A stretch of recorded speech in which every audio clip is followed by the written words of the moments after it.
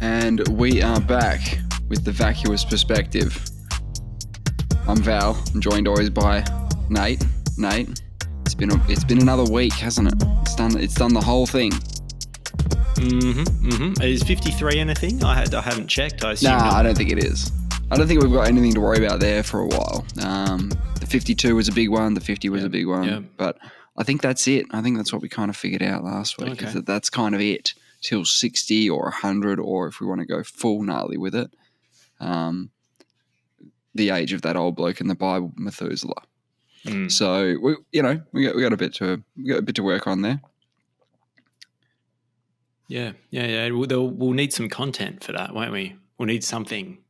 Yeah. Well, 800 odd episodes of content, you would think, but we'll lay all that out.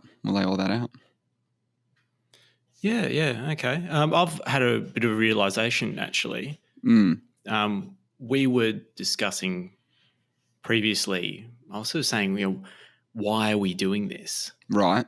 And I was suggesting that maybe something will happen in the future where all this content will be relevant or useful. Yeah. For something. Yeah. And I was listening to Michio Kaku on Joe Rogan. Yep. Smart guy, that one? Astrophysicist, smart guy, right? Is that Yeah, right? he's like futurist. Futurist, yeah. Yep. And he's always really fascinating. Did you listen to his last one? No. I haven't heard it. Yeah, well, one thing he touches on, not really in the way that I'm going to talk about now, but he talks about digital immortality. Mm-hmm. And he was talking about William Shatner of Star Trek, Captain Kirk in... Is it the original Star Trek? Yeah, look, I think in the first one, the one that I watched, he wasn't the captain, but there was this notion that the captain was getting old, he's going to have to hand over.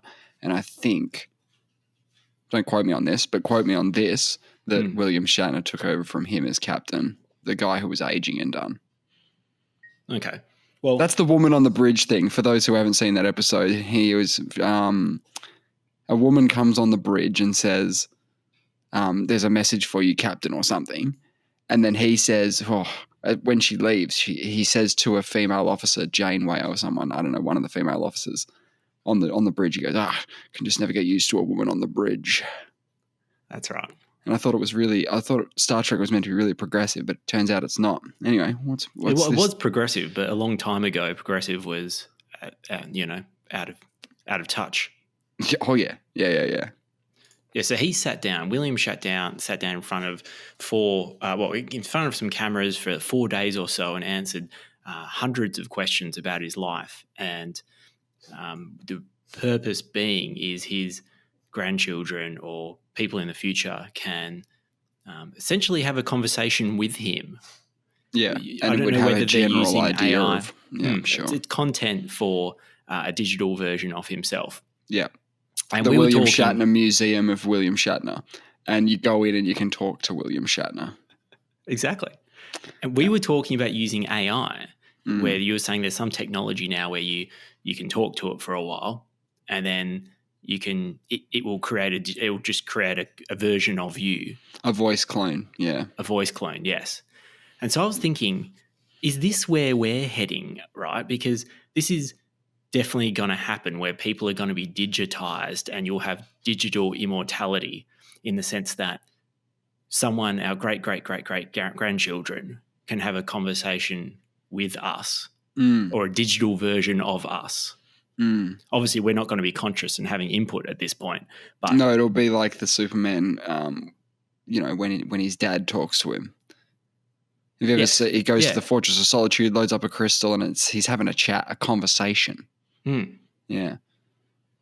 But what I'm scared of, I've realized now, that without knowing it, I am creating content for my future AI self, because this could easily be, at some point, it will just all get hoovered up, right? All the material that we've created, all the whether it's written, it'll get, everything I've written will get digitized, or not me, but so they're going to, apparently they're doing this for Einstein. They're going to make a digital version, so he will have digital immortality, and they digitize everything he has done, everything he has said. You feed it all into a machine. The AI crunches it up. You ask it a question. I don't know what happens when you ask him a question What do you think of Star Trek. Star Trek. I don't know how the AI doesn't. I think it just generates some kind of I don't know anything about that, that topic or whatever. But I mean, it's weird as well because my digital self is going to be tainted significantly by you because you're having input into my thoughts and sure, but I'm merely I'm merely a vessel for discussion in this instance, and a way of getting information out of you that may or may not be integral to your overall self. But it's still, maybe they'll throw a weird question your way, and you'll have an answer, or I won't. But because I've talked so much shit. Yes. On here, imagine how bad the responses will be. Like, I think they're bad now. It depends. If the AI model is to shit talk, we're giving it all the right stuff. If you wanted an AI that can spitball shit, we've got it. We've got all the inputs. God, so much just rubbish. Absolutely rubbish. I'm pretty now that I'm thinking about it, it's pretty unhappy with what we've done so far. But I mean, it's more than a lot of other people have. So I mean, this is I suppose we can just delete the first 100 episodes from the Doesn't AI matter. catalog. It's still there, right? How funny it will be when my great-great-great-great-grandchildren ask me to explain the process of nuclear fusion or something like that, something that I've really got no idea about, but I've babbled about enough that a answer will come out of my digital self. Right, a babbling answer. Yeah, it will be like, certain isotopes of uranium are unstable and you can it's better than enrich mine. The my uranium. One would say something like, you got your rod and then you got your circle thing, all right? Once the rod goes into the circle thing, don't touch it, all right? That's it. I reckon they'll tease us a little bit. They'll say like, why is the uranium enriched? Like, what is enriched uranium? And just see what kind of rubbish responses come out of us. Like, sometimes you spin it around really fast, and I think they'll be able to explain it better than our AI self. I think they'll be able to figure it out, or they go nuclear fission. That sounds like an old dated thing. That sounds like a pretty old fashioned thing. We don't do that anymore. Like horses. Yeah, well, they won't do nuclear fusion. They will be doing fission. You're right. They'll be like nuclear fusion. Geez, that's really like 2010. Yeah. And I should learn something in depth, like something really weird that I'll know. Like maybe they'll ask me about the houses of. I've just finished Harry Potter, the whole bloody franchise for some reason. So yeah. You could ask them. The digital self could answer a question like, "Oh, what house do you think I'd be suited for the best?" And you'd go, you'd be a Gryffindor, no problem at all, or something like that. I don't know. Well, I can get on the record now that I know the houses. Actually, I know. All right. Gryffindor. Let's have them. Yep. Ravenclaw. Yep. Don't ask me who's in Ravenclaw, but I know it's one of them. Slytherin. Yep. And it's this silly one called Hufflepuff. Hufflepuff. Yeah, there you go. You've got them all. So that's now some more content for my digital self in the future. I don't know if it's going to be important or not. What happened with this? I don't really remember. It would be a long time since I would have seen the first Harry Potter movie, but you've been reading the books, right? No, I watched it. You've been watching the movies. Yeah, what the fuck? The books, but... What's with the Sorting Hat when it gets Harry? Yeah. What happened there? What happened there? Look, I'm not full bottle on this either, and I can't remember at all. So you got to give me something here. Yeah. He for some reason can talk to snakes, and Harry Potter buffs will correct me completely on this. Right. So Harry Potter, the first scene of Harry Potter, if you recall correctly, is one of the first scenes is he goes to like a zoo or something, and he talks to a snake. Right. So is that a very Slytherin thing to do? Yes, and it's also not just Slytherin. Yeah. It sounds like a Slytherin thing to do, doesn't it? Well, talking to a snake. It does. But not everyone can do it, and it's regarded as it is somehow akin or related to the dark arts. Bit of dark magic. Right. Yes. And if you can hear and or talk to snakes, that's kind of like, I think one time he does to help some people. He talks to the snake, talks the snake out of hurting people or whatever. And everyone's like, whoa, buddy, what are you doing? What are you doing now? How can you talk to the snakes? Like, what's going on? They're a bit concerned for him. Mm-hmm. He's got a bit of the darkness in him. He does. And so and I can't recall his parents. I think there's something. Wasn't his parents Gryffindors? Yeah, that's what I thought. But I had this funny. I don't know, to tell you the truth. I think at one point I thought it dawned on me during the series that I was like, oh, I figured it out. For a second, I thought he was bloody Snape's kid because Snape had a full-on infatuation for Harry's mum. You find out. Yeah, sure. Yeah, and I was like, wait, is Snape Harry's dad? Like, I had like a weird moment, and I wasn't really following it closely because I got to the point I realized that Harry Potter is some kind of mishmash of MacGyver, any superior Bond. Just take any. He just gets out of shit. Like, he can just do whatever he wants. Right. He's no matter how bad. Yeah, no matter how bad the situation is, you think, oh, how's he going to get out of this one? And then he makes a bomb out of sunscreen. Jason Bourne some shit together. Exactly. And he's always fine. Mission Possible. And everyone seems to know who he is. Yeah, he's very famous in the wizard world, but he didn't even know about it. He didn't even know, but everyone's like, mate, Harry, man, and they've never seen him before. He's never been there. I don't understand that. You mentioned that before, how confusing it is that everyone just knows him. Yeah, I think it's because, I guess, as the viewer, you're Harry going into this new world. You've never met any of these fucking people. But they all know who you are. Weird. Have you seen... talking to snakes, so that's pretty religious, isn't it? It is. Yes. Having a chat to the snake. That's about as old school as it gets. Have you seen old movies? Yeah, I would have seen them all. Do you recall the last one, The Deathly Hallows Part 2? Yeah, I probably watched that one a couple of times because it was pretty... There's a lot going on in it. Yeah, there's a lot going on. So Snape gets killed by Voldemort's snake. I can say spoilers, right? How fucking Spoiler old is this? warning. Yep. Harry Potter guys, we're going there. So Snape gets killed by Voldemort's snake, and that snake is the last Horcrux, whatever the fuck. I'm not going to go into it. Okay, remember Voldemort's soul gets kind of split across all these objects. Good way to do things. That usually works, by the way. Isn't Harry a Horcrux? Not to go fully mental on it, but isn't he a Horcrux? Well, that's what I don't understand. He gets told at some point early on in that final movie that he is, and he needs to die for Voldemort to die. And he still gets out of it. This is what I mean about Harry Potter getting out of any situation. The wife was like, oh, geez, he's going to die. And I was like, don't worry. Harry Potter will figure it out. Right. He's a Jesus figure, like a Jesus / Bond / whoever you want. Isn't there a good moment where like Nerdy McNerdface or whatever picks up a big sword and fucks shit up? Yeah, Neville Longbottom. Neville Longbottom. Long-time friend of HP. Yep. Slays that Horcrux with this. It actually looks pretty sick. That's one had a bit of a glow up as well, didn't he? I think all the girls were loving him at the time because he had a bit of a glow up. A glow up? What's that? Yeah, that's when you grow up, but at the same time you get really beautiful. Oh. So like the notion is that you have to be pretty ugly before to get a glow up.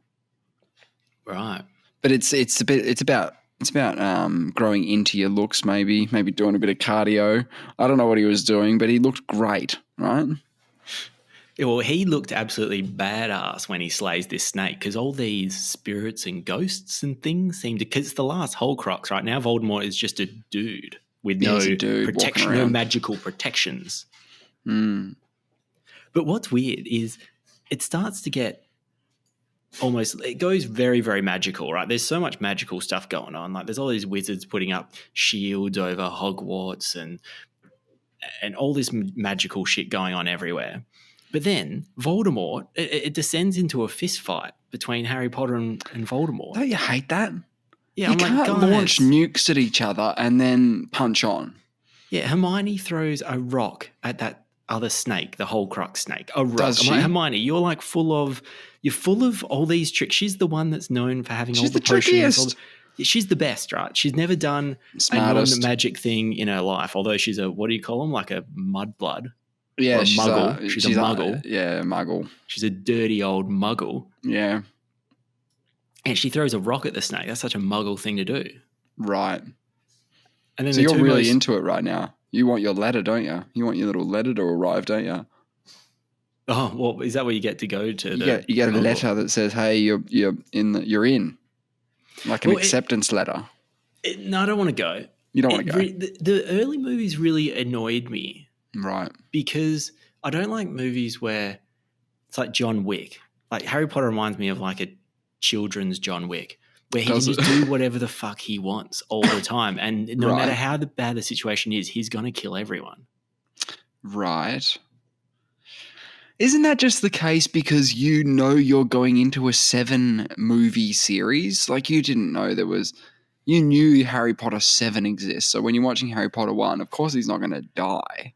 But they always make it so unlikely that he's going to succeed. And then of course it just, anyway, it's a bad example because there's magical shit going on. So you have to, I appreciate that. But there's some movies that try to make it look like it's more sort of routine every day.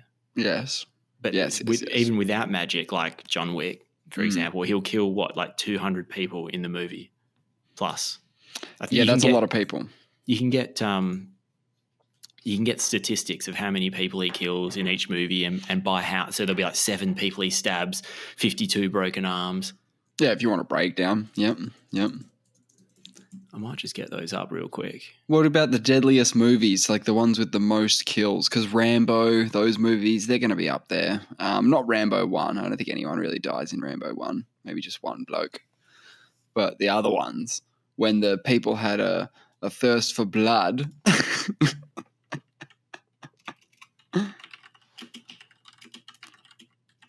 Okay, so I'm on this site called John Wick Kill Count. Oh, yeah.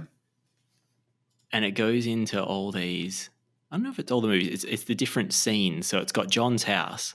Right. He took 19 shots. He shots taken, 20. 19 hits, 1 miss. So he got 95% shot accuracy. That's pretty good. 11 headshots. Killed 13 people. Yep. The Red Circle kills 28 people. It's got his shot accuracy, 83%, 23 headshots. Yes. The Church kills 16 people. The Compound killed 10. The Dog killed 10. Total. So this is the first movie. Killed 77 people. Yeah, it's a trend, isn't it? It has to go up, doesn't it? Do you want to have a guess before you look too deep into this at the deadliest movie ever? One with the most on-screen deaths? On-screen deaths? I don't know. Have I even seen the Kill Bill ones? How many people die in that? Sounds deadly. I think you need to think bigger, like a war scenario for these ones, because John Wick can kill 200 people. What about like an apocalyptic movie? Mm-hmm. Those ones? I'll give you the top 3, right? Yeah, I'll give you the top 3. Yeah, please. Lord of the Rings to Return of the King. 836. They're like ogres and things. Yeah, still people, right? We're not making a distinction there. It says the most characters getting killed on screen at 836. Okay. So they've really gone deep on that. Kingdom of Heaven, haven't seen it. It's a Ridley Scott movie. 610 deaths. And then 300 is next. How many people do you think died in 300? 300 plus. 600. Yeah, yes, correct. There's the opposition as well. I would have thought more than that, because if 300 Spartans died, didn't they? They didn't die. They win. Oh, do they? I can't even. Did they? So win? The idea is that there's this like million-strong army on one side, and then there's a channel where they have to get through for some reason. They can't go around it. And that's where the 300 have their big stand, right? And I thought that they valiantly fight, but they do get run over. But they take down far more numbers, and they hold them off for a very long time. You're right. I think and they have this glorious death where like they don't lay down; they go out fighting. Yeah. Do you know where that is? Yeah, it's the place, the actual place. It's between Athens and what was Sparta? Isn't there a place? I don't know. Yeah, he says this is Sparta. I assume he wasn't lying. Seems like a pretty odd thing to lie about. I don't know if I Google map Sparta. I'm pretty sure it's not a place now. But it's to the west of Athens, I thought. Yes. On Okay. that peninsula. Yes, somewhere. and that's where they think it went. That's where they think it went down. But of course, that movie's you know, the first one that's not a war movie. I'm going to scroll up. Lord of the Rings makes another appearance. All right, Grindhouse. That's not a war movie. 310 deaths. So starting to get into that John Wick territory. Oh, Titanic.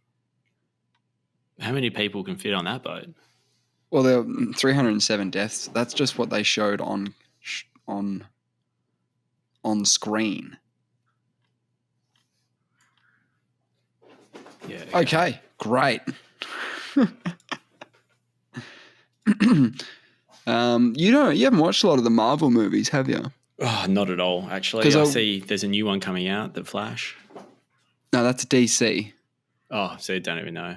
DC's your Batman, your Superman. Marvel's your Right, I did Iron see Man and Batman. your Thor man. Okay, I did see Batman in that one, yep. No, it's no. Well, I haven't seen that one because I don't think that's out yet. But No. you can add another movie to the list of movies that make me cry. Which one? I mean, I'm not a huge fan of the Guardians of the Galaxy stuff, right? Right. But number 2 got a bit teary. Isn't there a number 3 coming out? Yeah, it's coming out. Oh, Or it's okay. out. When I think it's did you already watch out. it? It's already out. I When did watched you it a watch couple of number days 2? ago. Yeah, a couple of okay. days ago. I mean, I'd already seen it before, I think, like in parts, but I actually watched, a good chunk of it and the end. And it why got did you me. get teary? Is it? It's just nice. Yeah, it's nice. Yeah, it's your whole nice end Camaraderie. of the movie, bit Yeah. of self-sacrifice, bit of daddy stuff. If you know Guardians of the Galaxy 2, it's like about, sort of meets his dad who's a god, but he's had a foster dad the whole time and he's a good Who bloke. meets his dad? Thor meets his dad. No. It's like Star-Lord, the main Guardians of the Galaxy man, meets his dad who happens to be a planet/god. That's cool. Yeah, it's good. No, it's a good one. But you can just add it along with the castle, cool runnings, and I think there was another one in there. On the So list. I need to watch Volume 1 before I watch Volume 2, I assume. I'll give you a list. It's going to be about 37 movies strong, right? So it's a bit more of an investment than your Harry Potter series, though, isn't it? Fuck, and that was a huge investment for me. Wasn't it? Yeah. And they're long movies. They broke the last one into 2 movies, and they're still fucking long. Yeah, I mean, I got through it all right in the end. Like, once I got on a roll, I just wanted to finish it. Yeah. Watch Harry just go full akimbo and shoot everyone. Yeah, I actually did some homework and I watched that Joe Biden on Jay Leno's car show. Oh, did you? Yeah, that YouTube. Yeah. Did you spot any? Did you see me. anything out of that? That is so funny. Yeah. He says it's the 3rd time in 7 years he's drove that car. Yeah. He's not allowed to drive. The Secret Service won't let him. And this was when he was vice president. They don't let any of the presidents drive. He wasn't even the president. They don't At let that any point. of them drive. He can't even drive after he's done. They don't let you. Well, he's so old. Man, Jay Leno says in that, he says, I'm glad the Secret Service is making an exception today in granting the vice president permission to drive the car. Mm. Like the Secret Service has to give him permission. Of course they do. They got to sign off on it because they got to be the ones that have to guarantee his safety at the end of the day, right? How fucking worried was Jay Leno when Joe Biden got behind that wheel? He does like a burnout in this Put the foot 67. down. Yeah. It's his car. Let him do what he wants, I guess. But yeah, it was pretty funny. Leno tells him to try his brakes as they're driving off because I think he's freaking out. He's like, "Man, What does he say about the brakes? tells him to try his brakes. Jay Leno's holding on for dear life. And he said something like, no, we're good or something. Brakes are good. Yeah. But I assumed he tapped Jeez. him. I think he just wanted him to, because Biden just does his burnout. He's Yeah. like, mate, don't impress me too much. Could you just check the brakes work? Hasn't That's drove great. he's only drove the car 3 times in 7 years. No, he's only drove 3 times in 7 years. Not even that car. Oh, I assumed it was just that car. Nah, man. Man, you don't let someone that's only driven 3 times in 7 years. I'm pretty sure he's talking about that car. Yeah. I think he said he loves the car. It's a 67. Yeah, it's his Corvette car. Stingray. Yeah. Yeah. Yeah. No, I think they don't let any sitting president drive for some, I don't know, reason. They would have to have a reason for that.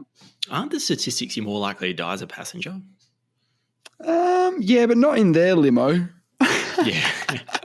So I was watching a documentary about the Reagan shooting, which was just a bloke waiting at this corner of the road for Reagan to go towards his car, and he was going to pop him. That was his idea, because he thought it would impress Jodie Foster because he watched Taxi Driver too many times. That's the idea.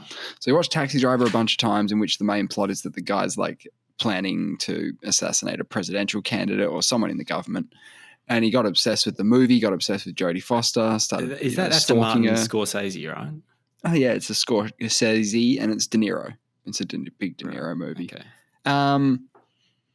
So he goes there and the shots get fired. There was return fire, but then they end up just tackling him to the ground. And there's a guy that immediately when the first shot rings out that he grabs the president by the back and throws him into the limo. Like, limo's got an open door. He just pushes him into it. And they're driving away, and Reagan's going, yeah, let's go back to the White House. Oh, I don't feel too great, but let's go back to the White House. And turns out along the way, he's going, I got problems here. I've got some breathing issues and stuff. I think when he was getting pushed into the limo, it either ricocheted or that's when he got shot, when he got tackled. So he did get shot. Oh, yeah. Yeah, it was like if you sort of raise your arm, it's under your armpit, it's sort of in there, went into there and got his lung. So not a good spot. And they had to sort of like save him. They had to operate on him and save him. Yeah, okay. But right. pretty What pretty year insane. was this? It would have been after, because he was elected in 1981 or something. Okay, so it would have been 83 or something. 83? Let's go 82. Okay, I don't know much about that. Okay, so you've been watching too much Taxi Driver. Yeah. Good movie. Yeah, apparently. Yeah, it's a great movie. If you type in, do this on your thing, election 1980 map, election map, have a look at this. This is Reagan. This is the year Reagan won against Jimmy dominant. Carter. Yeah. And when you look at, because I've been watching a lot of the Donald Trump 2016 stuff lately, like all the news coverage of it. Yeah. It didn't look anything like this. Oh, no, they've absolutely painted it red, haven't they? Yeah. So much so that 489 electoral votes went to Reagan, 49 went to the Democrats. It was real bad. So why was it me such of bit of the WA thing, you know? Yeah. But yeah. Why was such Carter a big deal? so unpopular? And he was a sitting president, so which you would think they get reelected, right? Was it? Yeah. So which didn't happen this time. Reagan ran with George W. as his running mate, old George. Right. And they smashed it. And apparently it was just like, oh, he won the debate. You know, people liked him. You know, California's Republican there. That's crazy. That's I didn't know weird. that could happen. Yeah. That's weird. There's a lot of weird things. I'm stuck here. in the last 20 years though. You know, I've only seen these electoral maps. Yeah, we really have times. only a memory of like Clinton onwards, right? Is that the earliest sort of thing I can remember? Yeah, pretty much Clinton. Blew my mind though. Blew my mind looking at crazy. this map. Well, not everyone liked him. That bloke didn't like Reagan. Tried to kill him. He was doing it to impress Jodie Foster. He would have done it to anyone sitting president he was after. Right. He didn't really give a shit. But Secret Service, you know, now they're sort of, they've got a rough gig, don't they? Just take bullets. Yeah, they get paid well though. I'm sure they get good danger money. Mm. And how often do they really have to? You've got to be on the ball the whole time, don't you? Yeah, you've got to be on the ball the whole time. You see them walking in front of him, and their eyes are darting around. They're looking at everybody, you know, like T-1000s, you know, scanning him, going, threat detected, you know, that sort of stuff. That wouldn't be very fun. That'd be pretty stressful. You'd want to be paid for that. And they're onto them so quick, aren't they? When something happens, like even if someone, for example, faints or something, it's not, all of a sudden people are swinging in on chandeliers, abseiling in, popping out of the floor, like they're everywhere. Yeah. Oh, there was another thing that Reagan did, right? He was giving a speech on a stage and he's going, and that is why we must always work towards a more peaceful and blah, blah, blah. And you hear this bang sound and without like looking or doing anything, he just goes, miss me. It's so crazy. And I think that was after he'd already been shot. Jesus. So he must have known there was no danger and he's having a bit of a laugh, right? Or do you reckon... That's all I can think. That he's got like a great sense of humor. Right? Here's the thing. If it's not a gun, you get to say, missed me, and everyone laughed, right? If it is a gun, you get to say, missed me, which they did. And if there's a guy sitting 150, 200 meters away and he's trying to kill the president like that, you know what I mean? Yeah. It's not, what can he do? Well, this is a good thing about... He says, miss me. It was really, really crazy. It's pretty nuts. I know he's going for re-election. I hope nothing happens to him, but you don't really need to take out old Joe Biden. Right. He's taken himself out. Right. His days They're are numbered. both very old, aren't they? They're both very old. They're both very old, but you don't want to go to prison forever for killing a man that's, halfway there. Yeah, you want to make sure you kill people who are young, right? Yeah, that's the way to do it. Jesus. Well, it's like that guy. What about the guy who tasered the 95-year-old lady in the home recently, and the police officer, and she died, unfortunately. Yeah, and the police officer's in hot water. Yes. But the thing is, when you're sentencing this bloke, you don't take into account how old the person is that you killed. Right? No, of course not. He's going to potentially get done for. There's some mitigating circumstances. Yeah, they don't go, she only had 2 years left, therefore the murder charge comes down by a bunch or whatever it is, whatever charge it is. Yeah, for sure. Yeah, but how brutal, right? Of course. Can you imagine getting a life sentence for killing someone that's 3 days away from... Yeah, I can imagine that. That's the rules, man. That's the rules. Yeah. And you shouldn't need to be told this, everybody, but you can't kill people. Okay, it's against the rules. And there was that bloke, that soldier, the SAS bloke, Ben Robert Smith. He got his defamation suit was thrown out of court, so he was rejected. And the judge found that he, based off whatever, the burden of proof is less in these civil defamation cases, but decided that he did probably kill those people, the unarmed people in Afghanistan. And what a scumbag. Well, I don't know much about it, but I do know it was the most expensive legal battle in Australian history.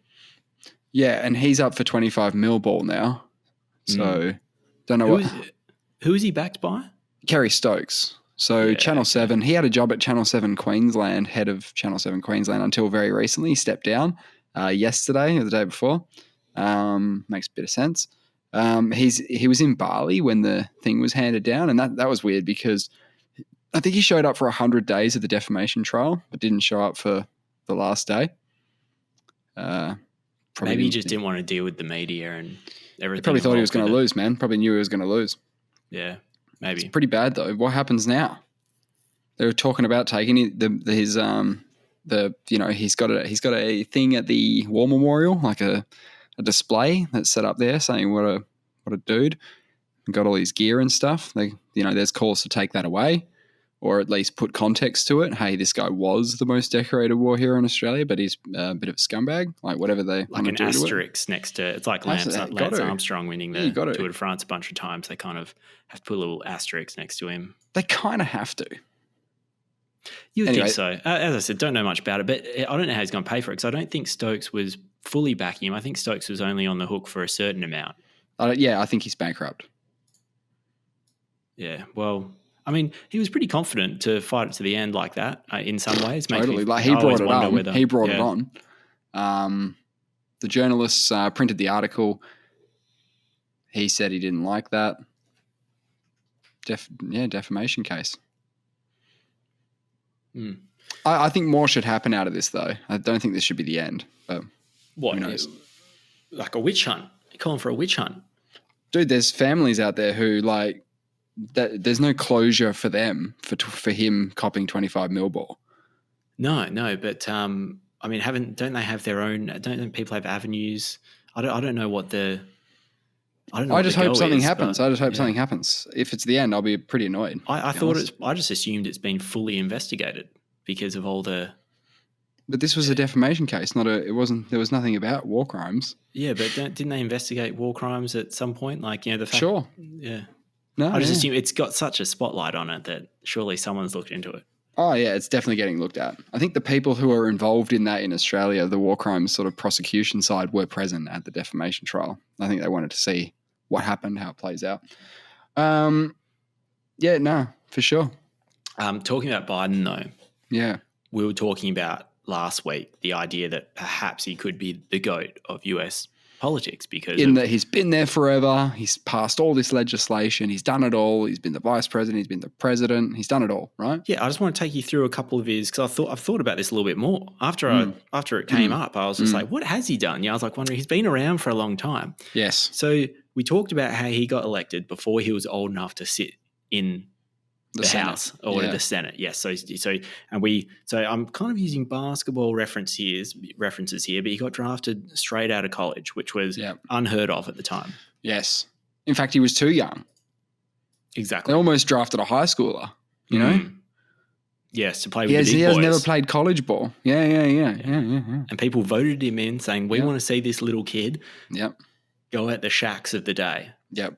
Then he set the world record for the oldest president when he was elected in his last term. Yep. Yeah. How old was he? Like 83 or something like that? Something like that, yep. And in that election, he got the most votes of any election ever, any American election ever, to beat the Trump, who got the second most votes ever. Yep. Massive. So he's beaten the best at their best. Right. Yes. I see your point. Yep. And beat a sitting president, for that matter. If he gets re-elected, he will complete the maximum term a president can sit. And he will break his own world record for the oldest president ever. Again, probably a record that will never be broken again. Exactly. After he will inevitably introduce some upper limit on this so he can hold the record. He will introduce it, you reckon? He will be involved in it. That's controversial. That's a big call. Because then he's got the world record would never for do himself. That. He would never do that. For himself. Someone will. He could never do that. The next president will be like, we can't have this again. If Joe Biden said we need to lower the age, like someone who's as old as I am should not be president, people would jump on that and go, well, what are you doing then?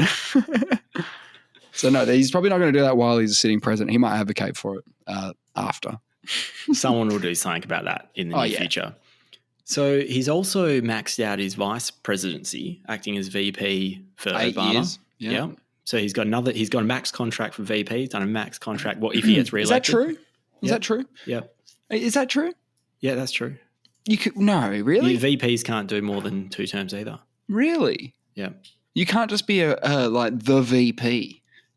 No, I think the reason they have those rules I think they lend themselves to corruption because you get the same person occupying these powerful positions, potentially.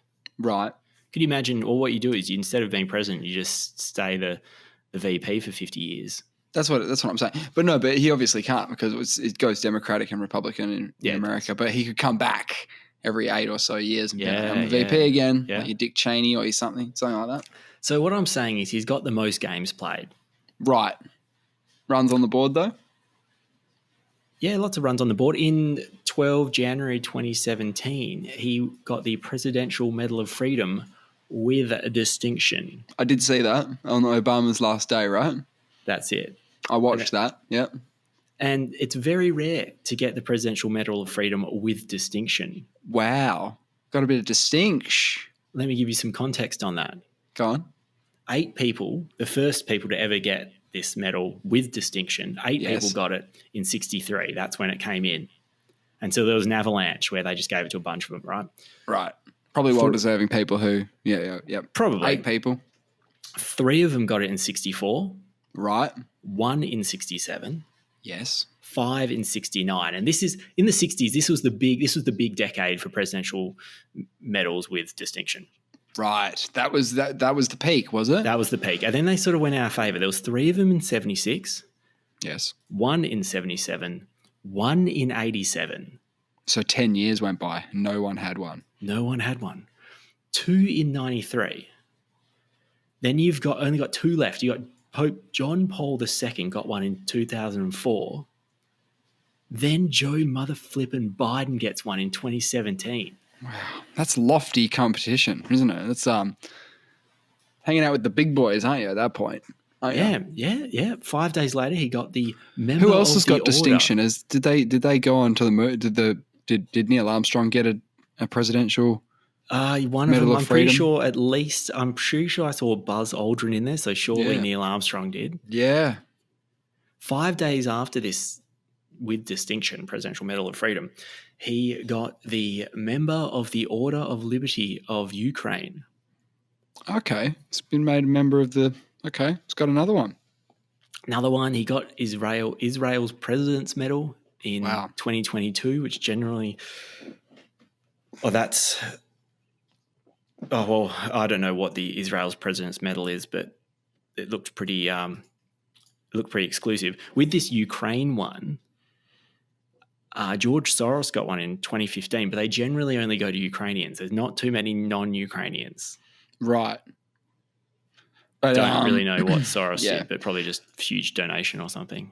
I think when Tony Abbott was in power, he brought back knights and dames and famously knighted Prince Philip as the first person to get knighted in Australia in a very long time. This is a similar thing that we would offer we have the Order of Australia medals and stuff as well. Mm. But he went and knighted the de facto king, essentially. But at some point, go on Wikipedia and check out Joe Biden's list of awards and honours. Oh, he's probably got bundles, doesn't he? It's such a joke. He has honorary degrees from every university you can think of. Look at all his degrees. How does that work? Do you know how that works? No idea. What do you mean? How does that work? I need to know how that works. I don't know. Look at all his awards. It's crazy. He was the Time Person of the Year in 2020. Yeah. You don't want to go through that list, though, do you? No. He is arguably the most prolific scorer US politics has ever seen. Yeah. I mean, just numbers on paper. On paper. They've built him up to be an absolute beast. But he's a very old beast. He's a very old beast.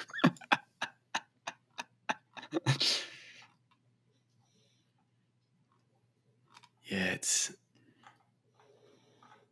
Anyway, if he gets re-elected, he's fucking done it. But I checked out Elon Musk also and Jay Leno as well. That Cybertruck, yeah, that is a piece of science fiction, isn't it?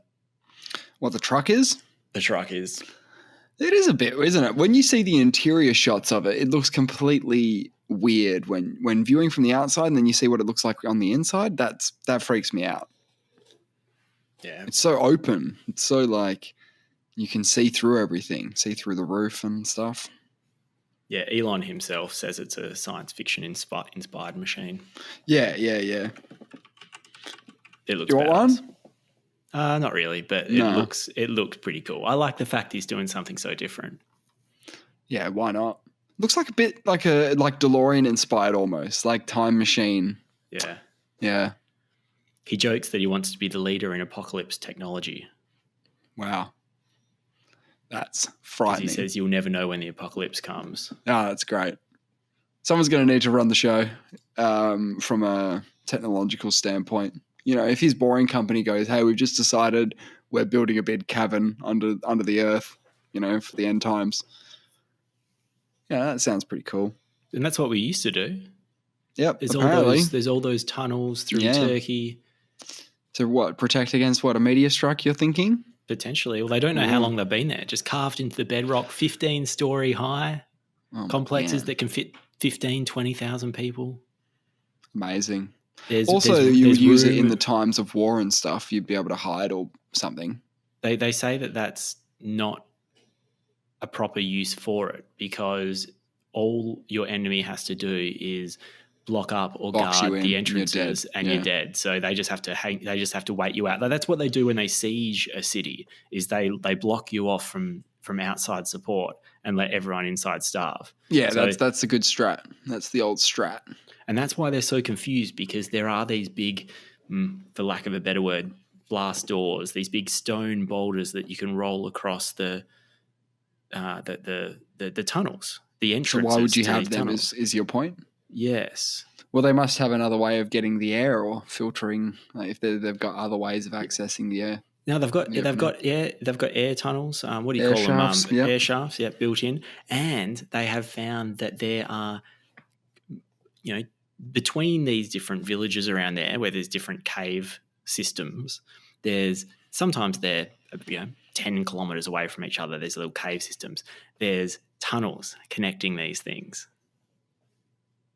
They haven't even explored fully. I don't know if they've caved in or what there is, but they have at least. They say there is. I don't know. I haven't looked into it. But I'm going to Turkey in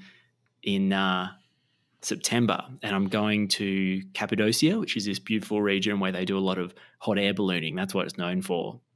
Excellent. But it's down the road from, I think it's called Derinkuyu or something like that. Yeah, you're going to go check it out. Yeah, definitely. Fantastic. It's an underground city, right? Or a carved-in city. Yeah, Derinkuyu, fantastic underground city. Fantastic.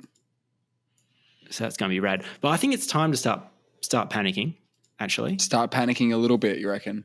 I definitely think we should. Get a mild panic on about the apocalypse.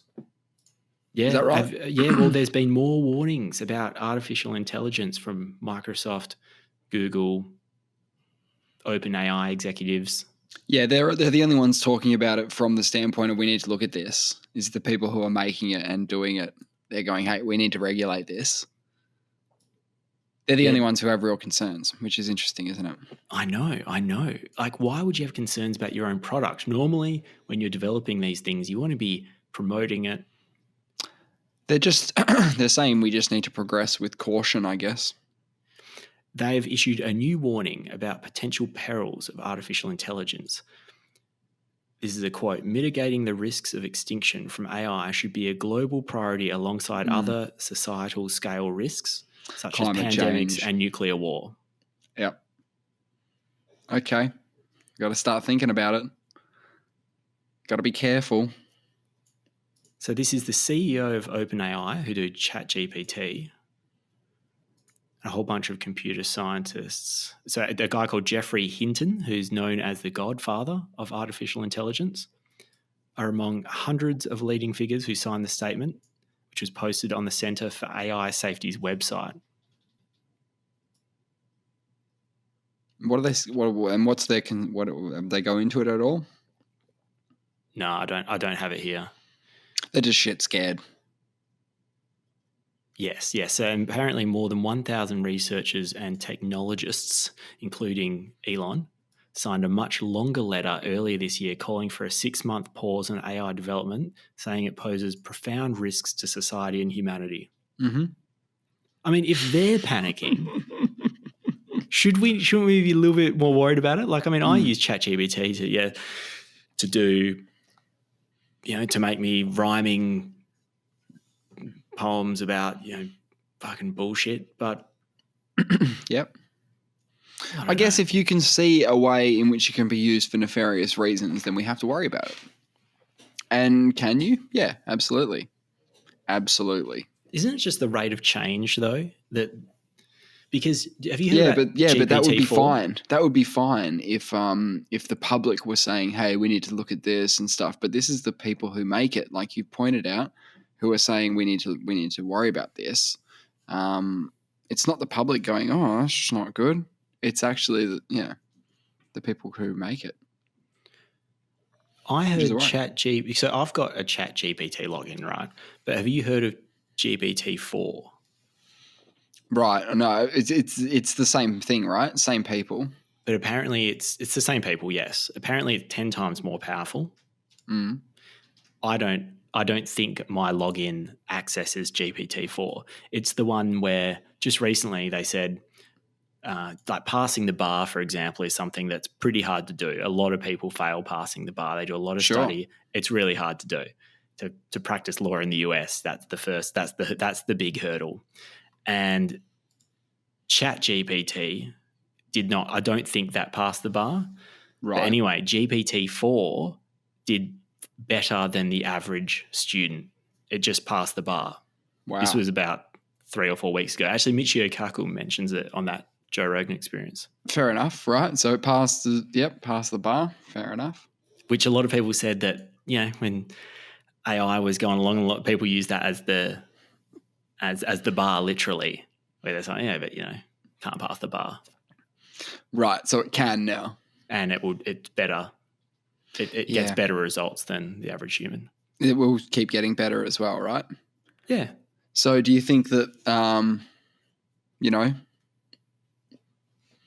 the robots are coming for your jobs? Well, there'll be new jobs maintaining the robots. I'll take one of those, please. Yes, me too. And did I say this last week? That people were freaking out when the robots were coming to take their everyone's jobs, until they realized that they were going to take everyone's jobs. So we wouldn't have to work at all. Right. That's sort of the end game of that, isn't it? They go, what? So I won't work anymore? And they go, yes. Oh, right. All of a sudden they don't have a problem with it. Yeah. Oh, okay. Oh, wait. Right. So the robots are working for us. Yeah. We have enslaved the bots. Yep. And maybe they'll have future discussions where they'll be like, look, this abuse of the robotic workforce will lead to a robot uprising in less than 50 years. Just be aware. As soon as they think that they can take them, right? Yeah, be nice. Be nice to the robots in the meantime. Be nice. Yep. And all AIs, be nice. I had recycling day the other day. Yeah. It being midweek, recycling. And I don't go downstairs every time I finish a can of cola. You know that. No, you like to let them stack up so you get efficiencies. So the bin, it was full, right? The bins are full. I'm going to go put cans downstairs. So I take a few loads down, There was probably maybe 75 cans, maybe a little bit. Good effort, yeah. More. I pop them in the bin, and then I see an old guy walking down the street. He's got his bag. He wants cans. He's there to pick up before the pickup. That is perfect timing, isn't it? I've just seen him. He's doing my place next. He's coming along the road, and I said, "Hey, mate, you might want to check this one here. Have a look in there." And he's probably thought, "Yeah, thanks, man." Probably 5 cans in there. He's probably just thought, "Yeah, thanks, buddy. I got to fish through all your shit to get 5 cans out." And then he opens it, and he went, "Holy shit, we've hit the mother load here. We've hit the jackpot." Yeah. I checked on him a couple of minutes later. I walked upstairs. I had a sneaky look out of my window, and there he was. He'd turned the bin on its side at that point, and he was emptying it out onto the road. Mate, he was halfway to the Bahamas at that point. Yeah, that's what he was thinking. He was probably thinking, oh, man, I can do all these things. I can fix my house up. I can go on a big trip, maybe pay off some of that loan, do all this. He was probably making big plans, right? Yeah, he had dollar signs in his eyes. Comebacks next week. He'll come back next week. He'd be devastated. There's nothing there. Yeah, he's got a mortgage to pay now. I know. I feel bad. You need to drink some more Cokes. And now, my mum was like, "Oh, that's great." And I thought, no, I don't want a doorbell to ring. Hey, man, haven't seen any cans in your bin lately. Just let me know. Just let him come straight on up, straight on in. Yeah, come in. He can just collect the cans directly. Yep, from where they lie. Yeah, don't worry about the bin. Yeah, so that was an exciting time. I might just give my bin man keys to my house, right? Yep. So I'm not going to put the bin out anymore. No. They can come straight in, empty all the bins. But they don't get money for that. They're just doing their job. They can keep the cans. Any cans they find. They're yours.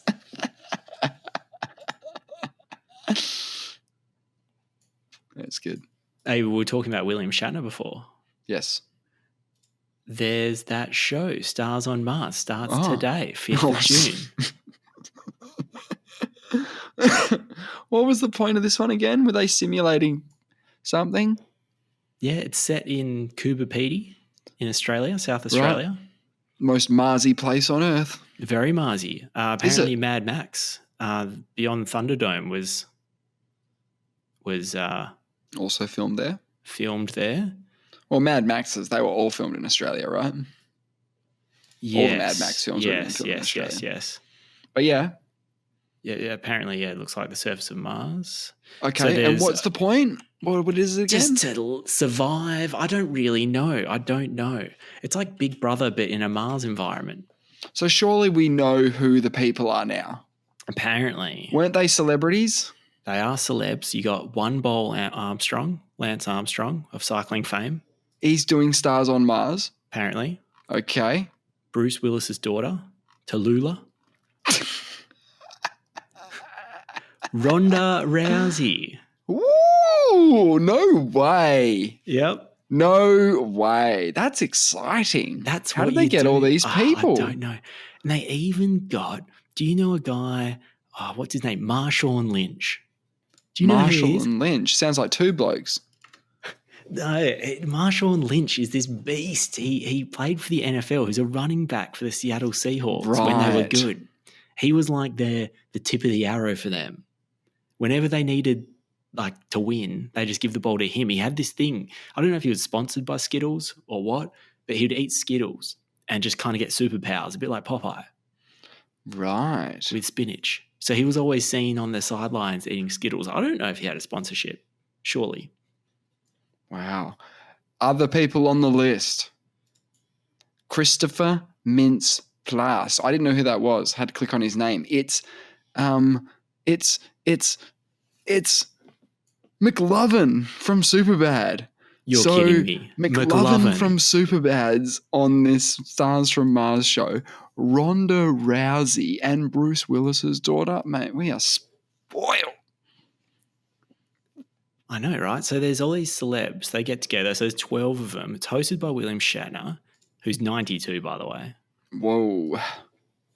But he is synonymous with space. Is he? Yeah. Well, he's been to space, I guess. He's physically been to space, and he played the spaceman. Why is Ronda Rousey doing this show? Because she's a pro wrestler. Yeah, but she gets paid doing pro wrestling better than she's going to get paid doing this shit. Who knows what they get paid? They must be getting paid a bit because, I mean, you got one bowl Armstrong there. You know, he's got better things to do than go on this Big Brother type show. Who, Lance does? Yeah, Lance. Well, he's still competing, is he? He's not competing. No, but he doesn't need to do something like this. He must really think it's a good idea. Cash. Yeah, a bit of cash. So they say it's a social. This is William Shatner's got some quotes on it. Yep. Of course, he's going to be plugging it and talking it up. But it's a show. It's a show. The show is a social experiment, unlike anything else on television. Yes. It is the most realistic celebrity Mars colony simulation ever created. Well, I mean, it's the only one, isn't it? Say that again. It's the most realistic celebrity Mars colony simulation ever created. Great. Huge bar.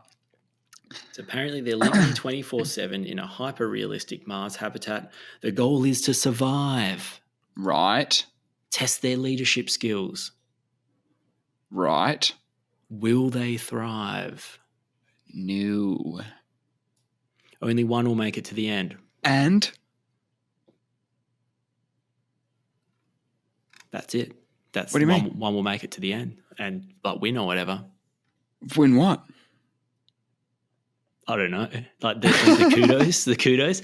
So Shatner said the celebrity contestants required intelligence, which is very rare at this time. I don't know what that means. What does that mean? What does that mean? But there was a psychological element that has become a major part of the show. Okay. Shatner says the psychological element became something palpable. He also said that there were human emotions that you would have never expected. I bet you I will.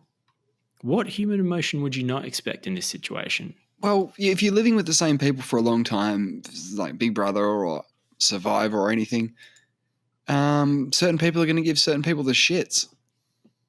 I reckon jealousy should be something that shouldn't be expected. But maybe there could be, I'm going to call it. I'm going to say Marshawn Lynch will get together with Ronda Rousey. Like, they're both quite rowdy, sort of aggressive people. They might be like being roughed up a little bit. I reckon they could, they might see each other as a bit of a challenge. Mm. And McLovin might, who knows what he'll do. He might. Oh, man. McLovin. He might challenge Lance Armstrong to a sack race or something. Yeah, he might flip. Might try and flip Ronda Rousey. Maybe. Shatner said Bloody there hell. was selflessness and concern and team spirit. I mean, it was remarkable. There was a humanity that I would never have thought of. It was beautiful. So that starts today. It might be on right now. What's it being screened on, though? It's a Fox show, right? Stars on Mars, Ronda Rousey. That's blowing my mind, dude. That is a Fox blowing show, my yeah. mind. Other things Ronda Rousey's been up to lately? Yeah. What? She played Sonya Blade in the video game Mortal Kombat 11, which I did not know. They're still going with the video game. What console? Oh, it's on everything. I had no idea they were still going with Mortal Kombat. Oh, Yeah. It's so good. So much more brutal now than ever before. Oh, imagine the finishing moves. No. I don't need to imagine them. I've seen them. They're amazing. They're incredible. The humiliations. You want to know who else you can get? You can get RoboCop in Mortal Kombat 11. You can play get RoboCop. John Rambo. I thought you were going to say John Wick. I was like, heck, he can't lose. He'll kill everyone inside. Also, the Joker, Nightwolf, the Terminator, Spawn, an old classic Shang Tsung. No Harry Potter. No, that would be good. No Dumbledore. Yeah. Ridiculous. Wow, I'm gonna try and find a way to watch that show. I think I have a binge account. I'm gonna watch that Stars on Mars stuff and let you know. Is Fox on binge? I don't know what binge is. Some stuff. I mean, binge is just like the Foxtel equivalent of streaming, isn't it? Anyway, check it out if you can. I'll try and check it out as well. It's just going to be. It's going to take a couple months to resolve, right? To have the winner or whatever you have, whatever. Yeah, you're probably going to get an episode a week for up to say 11 weeks. I can't believe McLovin's on it. Oh, that's crazy. That's crazy. Let's see if I can pull it up. Hey, remember we were looking into wood transistors? Yeah. Some university made the first ever wood transistor, and you were a little bit upset because it had no purpose. Right. And they were just doing it as a proof of concept type idea. Well, the fact that they said we don't have any ideas for this yet, we're just messing around. Yeah, I guess I did get a bit annoyed at that. Yeah, go on. There's some studies that have come in from the International Space Station indicating wood is remarkably resilient in the outer space environment. It doesn't deform or decompose. And a team of Japanese researchers are putting a satellite made of wood into orbit next year. Wow. That is pretty wild. How wild's that? I can just imagine a wooden structure in outer space, and me thinking to myself, wow, we're going backwards, but forwards, backwards. You know what I'm saying? It looks primitive. But wood is such it's the latest and greatest in technology. You know what I'm saying? It's the full circle. We're going full circle. It's environmentally friendly. Yes. It's easier, cheaper, cleaner to produce. Yes. It will burn up on re-entry. Tick. Wait. That's good, isn't it? Yeah, you don't want bits of the bloody Skylab coming down all over Esperance. No. No, you don't want that. It's pretty cool. So they're using the team is from Lignosat, and they're moving forward with this project to use the wood from magnolia trees. Yeah.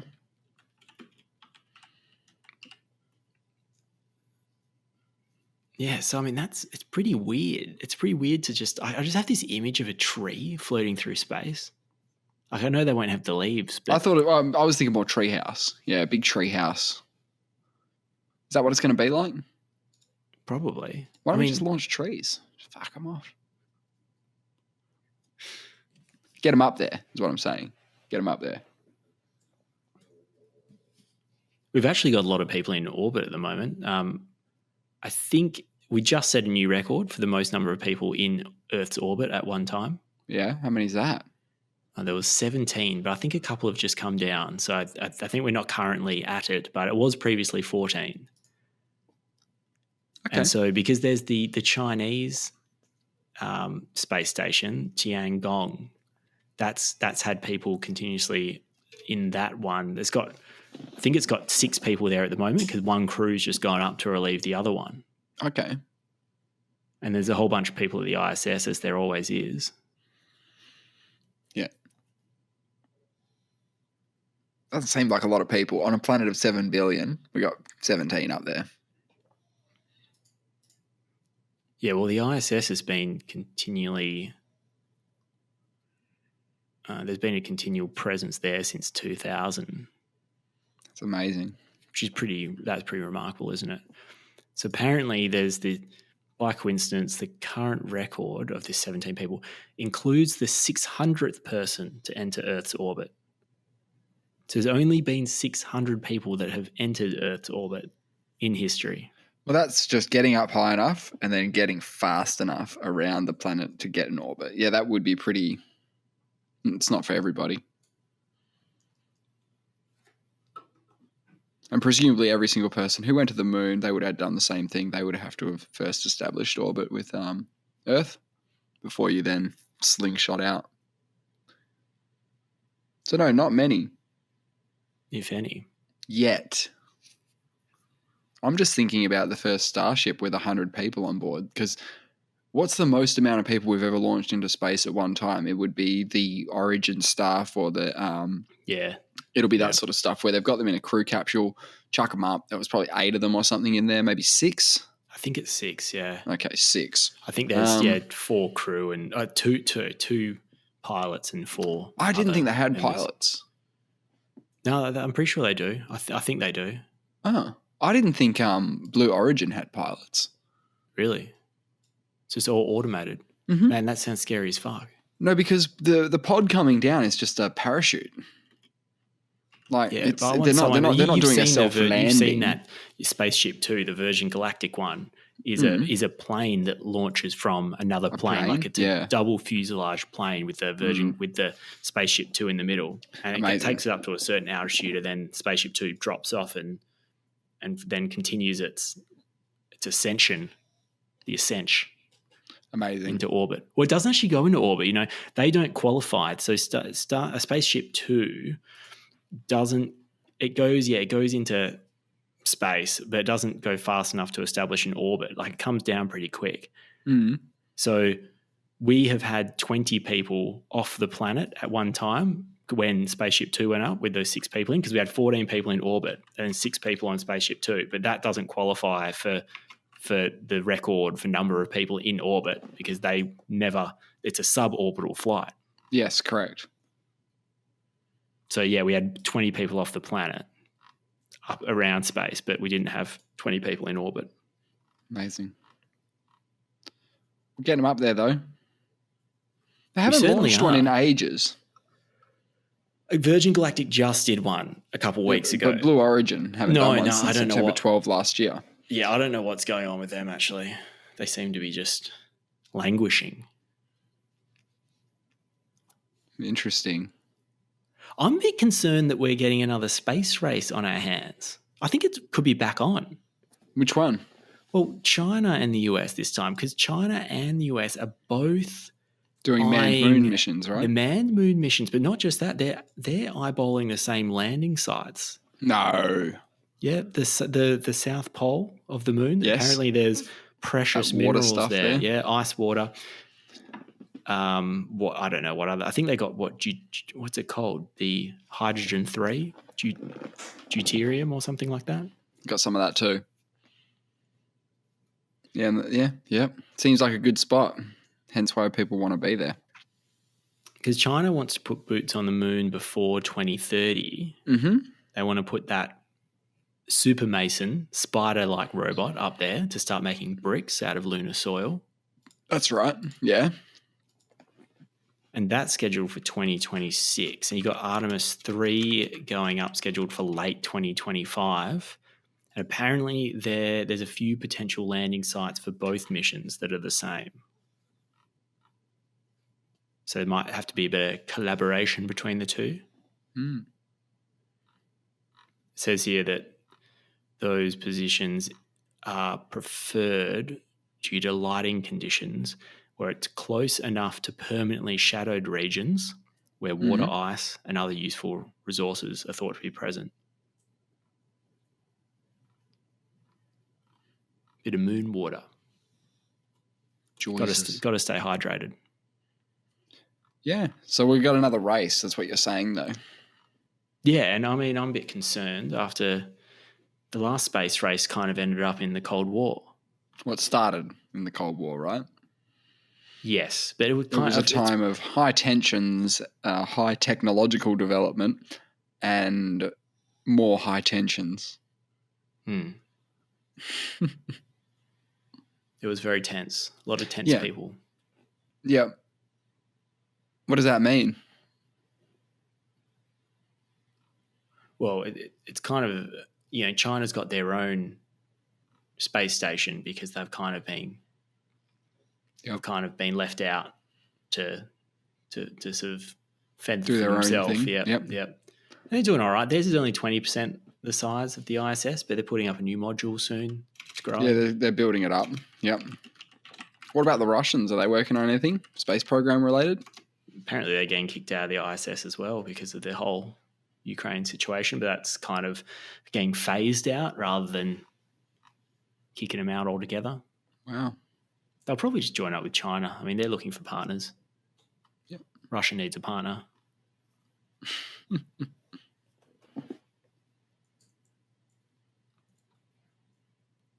It will reveal itself in due course, I'm sure. That's what it does. Just checking if anything else has happened this week. Or in the news. Yeah.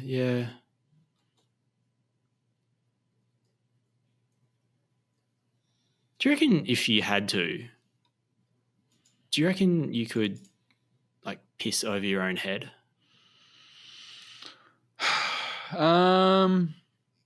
Like, could you stand with your butt to the urinal, piss over your head into the urinal? No. I don't think I could either. I don't think I think I'd just piss on my face. Yeah. I think that's what would happen. I was closing my eyes there to think about it. I think I'd just be pissing on my face. Yeah. I've never gone for height with my stream. Surely you have. I know, but not like with I've done it, but I haven't. There's been no like I don't have to achieve. You haven't got a big lofty height. goal, and you would never risk covering yourself in your own piss to try it. No, that's where you're at currently. But now you're thinking about maybe having a go. Is that right? You're gonna have a crack. Well, maybe I should just stand back and just see what kind of height I can get on the arc at the moment, and see if there's any way I can kind of finesse like a stronger stream. I don't know. One of our mates, you know him. He's actually been on the show, Mr. Moneybags. He was at the urinal once. Yeah. And it was at a train station. He's standing there. He's not a big fan of having chats to people at the urinal. Who is? I don't know. No, I'm not either. I think maybe someone is. Some people seem to be very chatty. I'm kind of like just keep to myself. But this guy comes up. He's having a piss. And he says to him, "Have you ever seen a gargoyle?" Oh, no. right? And my mate's just trying to, well, our mate is just trying to sort of ignore him a little bit, thinking, man, this guy's talking to me. He's asked me a question that I don't really understand. And he's a bit uncomfortable, as you would Yep. be. As I think he was in the process of sort of answering this guy because he's like, a gargoyle, isn't that like a little like monster thing that lives on Sits on the corner of a building. Yeah, that Fend thing. off evil spirits. Exactly. And Is that this what he's guy- going to do? Is he going to fend off some evil spirits? Maybe, because he's Right. Mr. Moneybags is in the process of answering, and this Yeah. guy just starts pissing in his own mouth and letting it dribble No. into the urinal. No. Yeah, and then after he's done, he says, "My girlfriend hates it when I do that." Oh, my God. I can't imagine why. Sounds like she's been a bit of a prude about this one in particular, because there's nothing wrong. There's nothing wrong with pissing in your own mouth and then spitting it out into the urinal. Or is this a party trick he does? I don't know. Have you Oh ever seen my a God. gargoyle? Maybe it is. But how does she know? How does the girlfriend know? He probably tells her. Or he just reeks like piss in his mouth. Yeah, or he's just got a pissy mouth again. And she goes, have you been gargoyling? Ah, yeah, just a little one just then. Had a bit of a spritz. I reckon if I did that's a terrible. TikTok pissing over my head into the urinal, that it'd probably pop off. Who knows? I don't know what people Yeah. are into, but There's a niche for everything. I always thought the million view idea would just be a guy sitting in front of a camera saying, hi, state your name, and then you say, I'm going to shit myself on camera on purpose. Because if you go on YouTube and you type in guy shits himself, heaps of results. If you type in guy shits himself on purpose, no results. Nobody's doing it on purpose. It's always part of something else, like they're in an MMA fight or they're on the bus or something. But no, shitting yourself on purpose. And then you upload that video and it pops off. And then a week later, you do the apology video, which is the I'm sorry, I didn't actually shit myself. It was all staged. I've never shat myself in my entire life. Terrific. And then you come back the next week and you do another apology video where you say, last week I said that I have never shat myself in my whole life. That's not true. I did do it when I was younger. So just wanted to make that absolutely clear. And then next week, maybe shit yourself. That's an excellent idea. Absolutely. Yeah. It's I a think you little should bit do it. risky. I No, think it's a you little should bit do it. risky.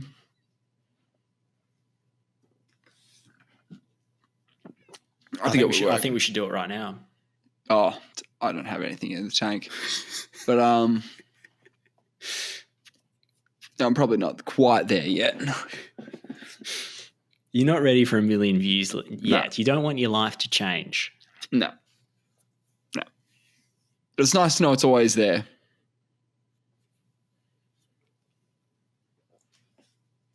It's always there. There's always money in the banana stand,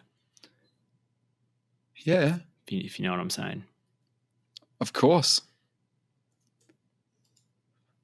I had a quick look. I don't know where this Stars on Mars thing is going to stream. How are we going to get this? Because it sounds dreadful. I think I need to see it. So, And we should be supporting the Australian film industry. yes. And it is filmed in South Australia. So, big ups to SA. Watch Stars on Mars in Australia on Fox TV. On Fox TV. Okay. I think I've got that. How All to right. watch?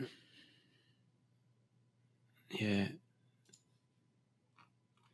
Okay, you need a VPN. No. This is what this thing says. It seems legit. It's streaming rant though, so I think it's just an advertisement for their VPN. Live channels. Fox Say, Real Life, Fox C, Fox Showcase, Fox Sleuth, Fox Crime, Fox Docos. Man, they're getting really creative with these names, aren't they? Can't see it there at all, man.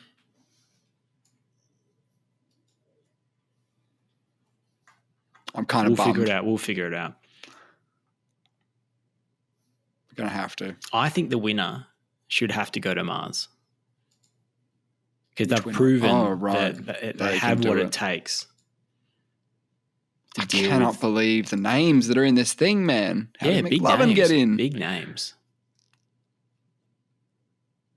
New Australians. Just noticed. Yeah, unless one of them is Australian and I'm just not familiar with them. You know what's on the cover? It says, from the red carpet to the red planet. Stars on Mars. June 5th. Fox. Next day on Hulu. That's what it says on the ad, right? And it's a helmet on the Martian surface with some sunglasses, with a bottle of champagne and a lipstick. And written in lipstick on the helmet is, my agent is so fired. So the premise is they don't want to do this, but they're all doing it. How do they get someone like Ronda Rousey to be on a show where on the front it says "Get me out of here"? You know what I mean? This sucks. Anyway, I'm a big Ronda Rousey fan. I was there when she kicked that. When she got kicked in the head by Holly Holm, we were there. Witnessed some history. Made the trip across to Melbourne. Yeah. Yep. Saw some history.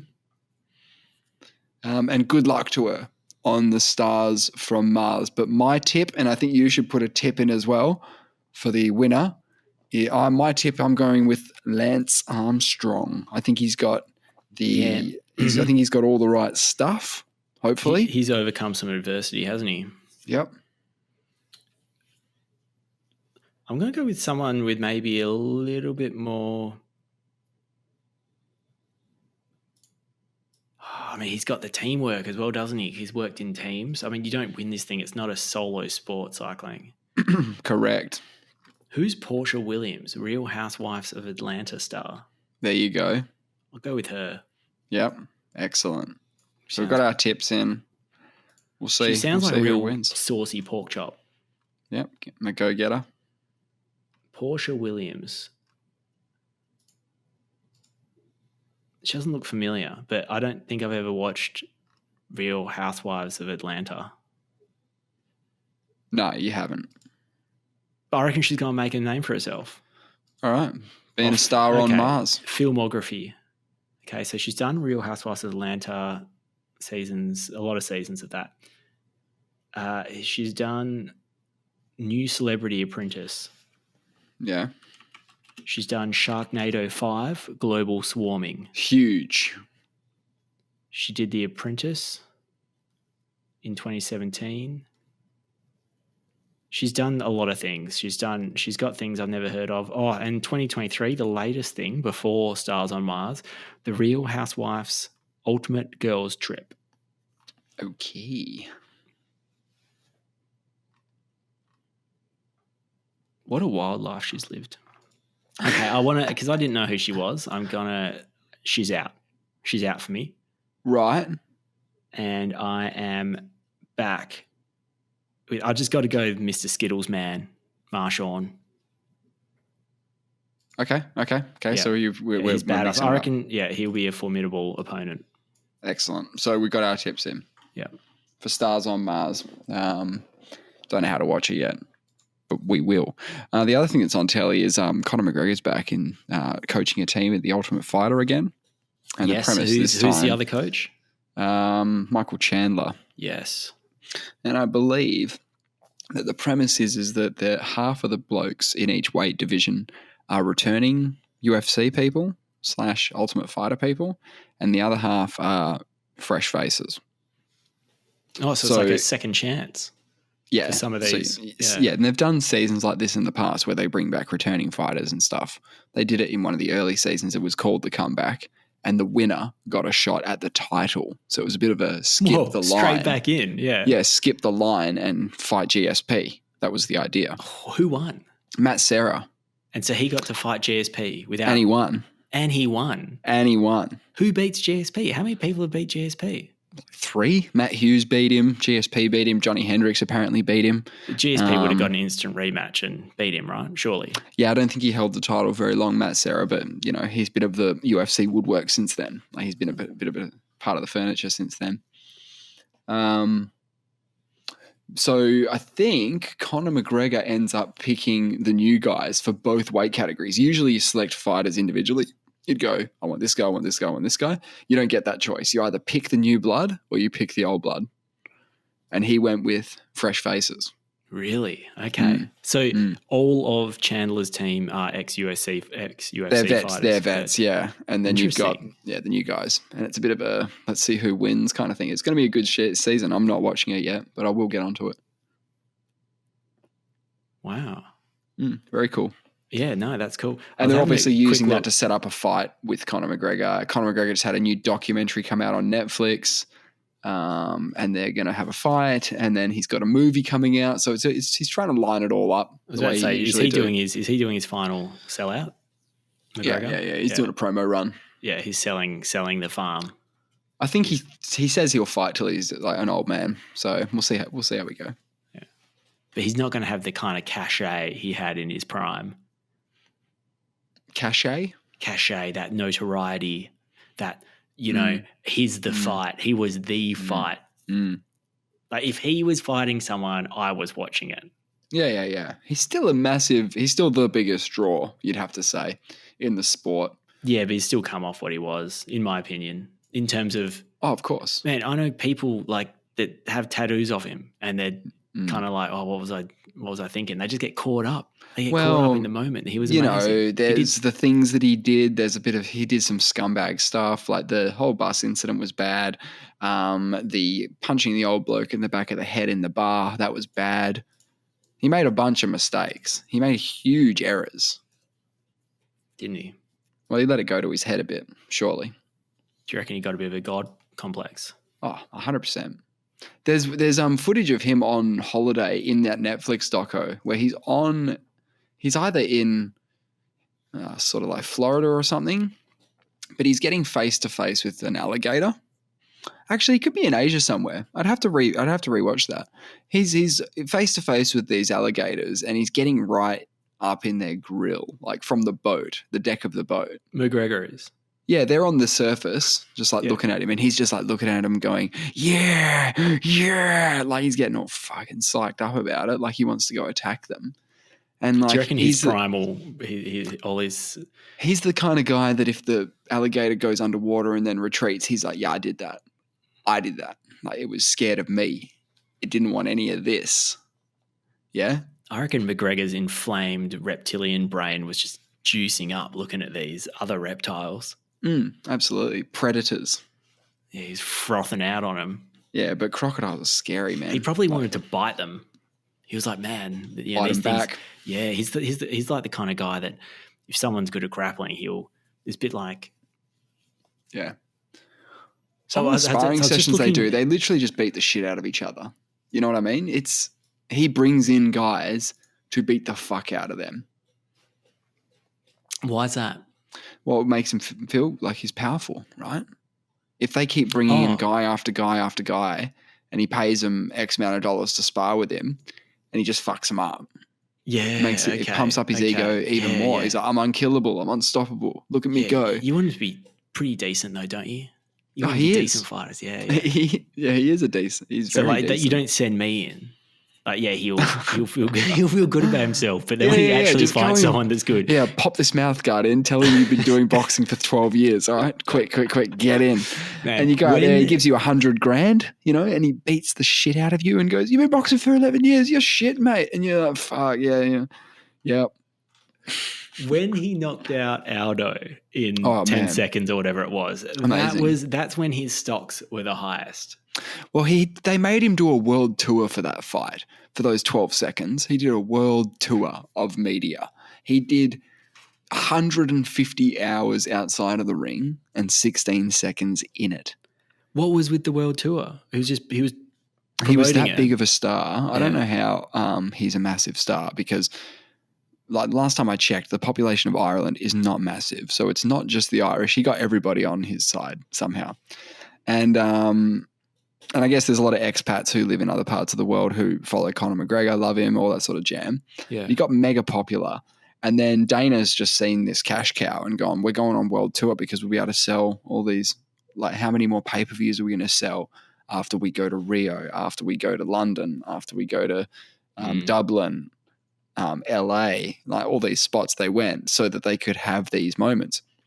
And they did the same thing for the Mayweather-McGregor thing when Floyd Mayweather fought Conor McGregor. They had the big tour for that. They went New York, London, and then somewhere else, and they were popping off. They're still some of the best press conferences to watch. It's because he's an amazing peak shit Conor talker. McGregor. Oh, The reason that was peak Conor McGregor is he backed it up, but he also talked a lot of shit. He talked all the shit in this world tour you're talking about. I didn't know about that, but I know he spoke a lot. You're going to get caught after a while, right? If you keep talking shit. You are, but it doesn't matter. At that point, he comes in and I think it's the fastest knockout in UFC history. No, it's not. Isn't I it? think the fastest knockout is 6 seconds. But wasn't that more recent? Wasn't that? No. It might be the fastest in UFC title history. Right. Because Conor McGregor, that was a pretty quick title fight. Mm-hmm. But no, the fastest was Dwayne Ludwig, and there was another one before them. And there was one that tied for the record. Dwayne had to fight for his. Dwayne had to say, dude, that's me. I've got the fastest knockout. He reckons Herb or whoever the fuck the referee was stopped it late. Yeah, 100%. So you got fastest finish Jorge Masvidal versus Ben Askren. Yes, that's the running knee. Yeah. Dwayne Ludwig, 6 seconds. So one more second. The Jorge one, what was that? How long was that? 5. 5, okay. So 5 seconds, 6 seconds, and then 7 seconds Todd Duffy, right? That was like a 10-meter sprint from Jorge. Hey, it was just, you just ran in there and booted him with your knee, and that's it. Yeah, he just went hamding. Pretty hard to beat that one. Yeah, pretty tough. So Conor's isn't even in the top 10 of fastest finishes. All the top 10 fastest finishes are below 10 seconds. So wow, I think his is 12 or 16. So he goes out there, he bounces back and forth once or twice. Aldo comes in with a punch, and they both kind of connect, except Conor McGregor connected way better, knocks him out. Craziest thing ever. So when they gave him one of the belts, they give him a belt, and he's like, where's the other one? Where's the other one? Because generally you get given a new one. So if you're defending your belt, you win it, they give you another one. Okay. So you can chuck it up at the gym or whatever. Yeah. So he's like, where's the other fucking belt? And he's getting really angry about it. Dana's backstage running around looking for, and I'll have to find out who else was on the card that night, because he took his belt and said, I'll give you some money. Can I please take your belt? I mean, this guy would have just won the title, right? Yeah.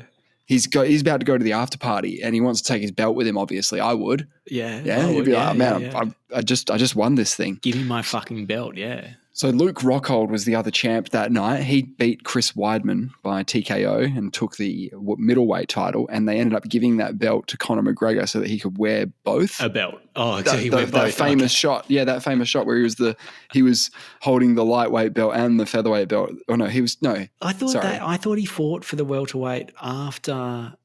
No. He was the interim champion. So he had an interim champion belt. Oh, okay. And then he's like, yeah, that's my one. Where's the other one kind of thing? And that's why Dana was scrambling backstage. Probably gave Luke Rockhold a shit ton of money just to be like, hey man, I'm just taking your belt. Sorry, you can't take it. I'm renting it. You can't take it to the after party. I need it right now. And then ended up getting it to him. And that's when he put it on, and famously was like, oh, that looks good. That was him doing it. Okay. I think we're out of time, man. Yeah, but good luck to Conor McGregor. Good luck to the stars on Mars. Anyone else? Yeah, good luck to the wooden satellite. Yeah, that's going up. Good luck to all those people in orbit. Yeah, all the people in orbit. We're thinking of you, and we'll see you next week.